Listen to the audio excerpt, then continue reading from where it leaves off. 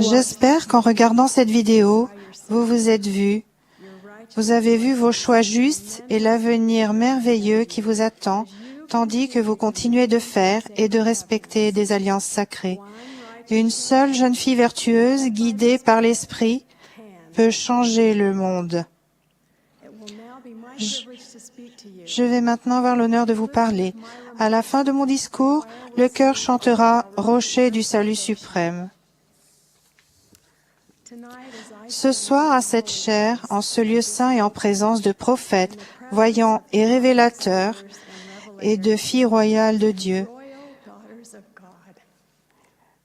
c'est une époque magnifique pour être sur terre et pour être une jeune fille. Vous êtes les élus, les filles élues du Seigneur. Il aime chacune de vous et je vous aime aussi.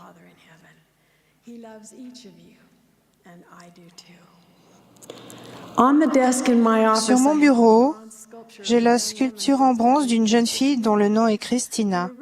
La sculpture grandeur nature originale de Christina se trouve sur une jetée à Copenhague, au Danemark. Elle est orientée pour regarder au-delà de la mer, vers Sion. Sa décision de se joindre à l'Église et de quitter son foyer n'a pas été facile, et vous pouvez voir des vents contraires souffler violemment contre elle. Elle tient bon, faisant quelque chose de très difficile, mais qu'elle sait être juste.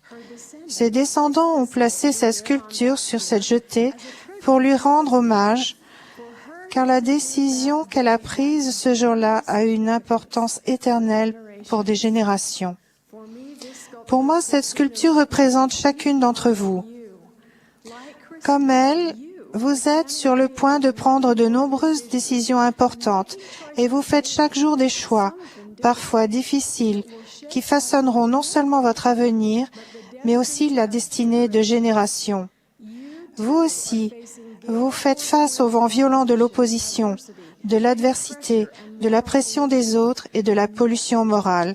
Et pourtant, vous restez immuable et vous vivez l'Évangile malgré les tempêtes qui font rage dans notre société. Comme Christina, vous êtes guidé par le Saint-Esprit. Vous prenez de bonnes décisions. Vous êtes loyal et vous êtes royal. Je ne vois pas de conseil plus important émanant d'un Père céleste aimant que l'exhortation qu'il lance à chacune de vous. Tenez-vous en des lieux saints et ne vous laissez pas ébranler. Il dit, soyez immuables, soyez constantes, défendez la vérité et la justice, soyez un témoin, soyez la lumière pour le monde, tenez-vous dans des lieux saints. Ainsi, mon message à chacune de vous est simple, ne vous laissez pas ébranler. Premièrement, ne vous laissez pas ébranler en choisissant le bien. En ces derniers jours, il n'y a pas de petites décisions. Les choix que vous faites maintenant ont une importance primordiale. Le libre arbitre, la capacité de choisir, est l'un des plus grands dons que Dieu a fait à ses enfants. Il fait partie du plan du bonheur que vous et moi avons choisi et défendu dans notre existence primordiale. Vivez de telle manière que vous puissiez écouter et entendre le Saint-Esprit, et il vous aidera à prendre de bonnes décisions. Il vous dira toutes les choses que vous devez faire. Il y a plusieurs semaines, je suis retournée pour la première fois depuis des années dans mon ancien lycée. J'assistais à une conférence de pieux qui se tenait dans l'auditorium du lycée.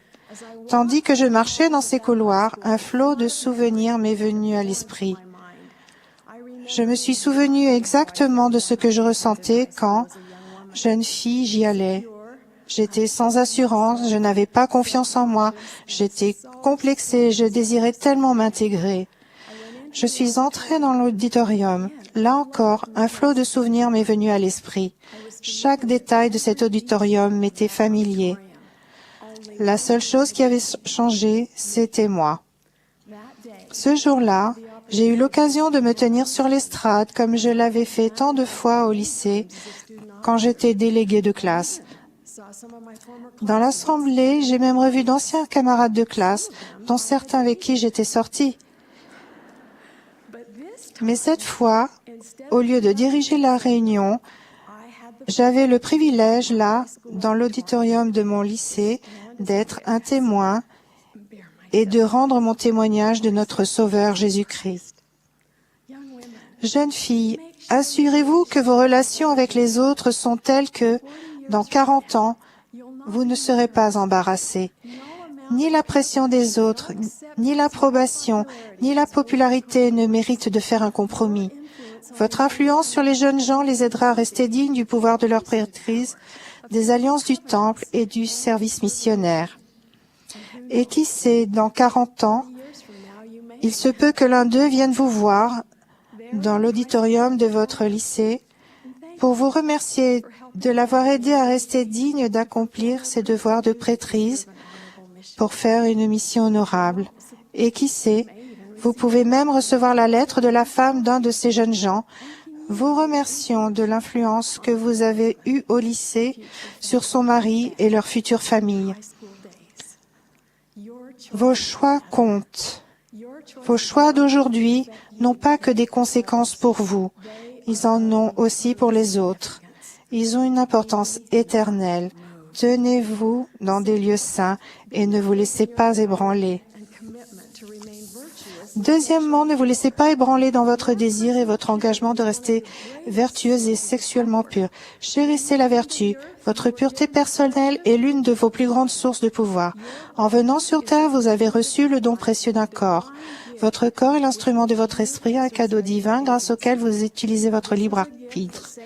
C'est un don qui a été refusé à Satan, et c'est pourquoi il dirige presque toutes ses attaques contre votre corps. Il veut que vous dédaigniez votre corps, que vous le maltraitiez et que vous en fassiez mauvais usage. L'impudicité, la pornographie, l'immoralité, les tatouages et les piercings, la drogue et les dépendances de toutes sortes sont des efforts pour prendre possession de ce don précieux qu'est votre corps et pour vous empêcher d'exercer votre libre arbitre. Paul demande, « Ne savez-vous pas que vous êtes le temple de Dieu et que l'Esprit de Dieu vous habite ?» Votre corps est un temple. Pourquoi? Parce qu'il a la capacité d'héberger non seulement votre esprit éternel, mais aussi les esprits éternels des enfants qui viendront sur terre dans votre famille éternelle. Dallin Oaks a enseigné, le pouvoir de créer la vie ici-bas est un pouvoir sublime. Vous avez un rôle sublime. Dieu vous a confié un dépôt sacré. Vous vous préparez à être les futures mères des générations à venir. Gardez-vous purs et dignes et protégez ce qui est le plus cher et le plus précieux, la chasteté et la vertu. Le sage conseil que notre Père Céleste vous donne, à vous personnellement, ses fils élus, est de marcher dans les sentiers de la vertu devant lui. La vertu est la clé d'or qui ouvre les portes du temple. C'est pourquoi, troisièmement, ne vous laissez pas ébranler en étant digne de contracter les alliances sacrées du temple et de les respecter. L'alliance que vous faites à votre baptême vous gardera sur le chemin de la vertu et du bonheur du fait que vous la renouvelez chaque semaine en prenant la Sainte Seine. Si vous respectez l'alliance de votre baptême, vous aurez un aspect différent, vous vous habillerez différemment et vous agirez différemment du monde. Le respect de cette alliance vous permettra d'être guidé par le Saint-Esprit. Tenez-vous en des lieux saints et ne vous approchez même pas des endroits ou de la musique, des médias ou des personnes qui peuvent vous faire perdre la compagnie du Saint-Esprit. Et en respectant vos alliances, vous resterez dignes et préparés pour entrer dans les saints temples du Seigneur. Enfin, ne vous laissez pas ébranler dans votre acceptation de l'expiation du Sauveur. L'expiation est pour vous et pour moi. C'est un pouvoir habilitant et rédempteur. Si vous ne vous sentez pas digne de vous tenir en des lieux saints, ne portez pas ce fardeau un jour de plus. Dans la condition mortelle, nous commettons tous des fautes. Soyez assurés que le Sauveur vous aime tellement qu'il vous a donné la possibilité de changer et de vous repentir si vous commettez une faute. Satan ne veut pas que vous pensiez que vous pouvez changer. Il essaiera de vous convaincre que tout est perdu. C'est un mensonge. Vous pouvez revenir. Vous pouvez vous repentir. Vous pouvez être pure et sainte grâce à l'expiation infinie du Sauveur.